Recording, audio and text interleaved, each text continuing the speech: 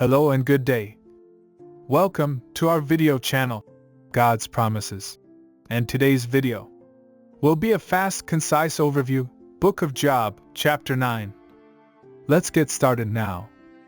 In Chapter 9 of the Book of Job, Job continues to lament his suffering and plead for answers from God. He acknowledges the vast power and wisdom of God, but questions why he is being afflicted despite his innocence. Job begins by acknowledging that God is all-powerful and that no one can withstand him. He admits that he cannot argue with God or demand an explanation for his suffering, but still longs for a way to plead his case before him. Job goes on to describe the unfairness of his situation, pointing out that even though he is innocent, he is still being punished.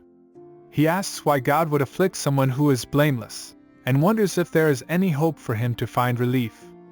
Despite his confusion and despair, Job still holds on to his faith in God. He acknowledges that he does not have all the answers, but believes that God is just and righteous. He asks for God to show him mercy and allow him to plead his case before him. There are several important lessons we can learn from Job's speech in Chapter 9. First, it is important to remember that God's ways are not our ways, and that his plans for us may not always make sense to us. Even though we may not understand why we are facing certain trials and hardships, we can trust that God is working all things together for our good and for his glory. Second, Job's speech serves as a reminder that even the most faithful and righteous among us may still face suffering and hardship in this life. We cannot always control our circumstances, but we can control our response to them. We must continue to trust in God, even when we don't understand what he is doing or why he is allowing certain things to happen. Finally, Job's speech reminds us that it is okay to be honest with God about our feelings and emotions. It is not wrong to question God or to plead with him for answers and relief.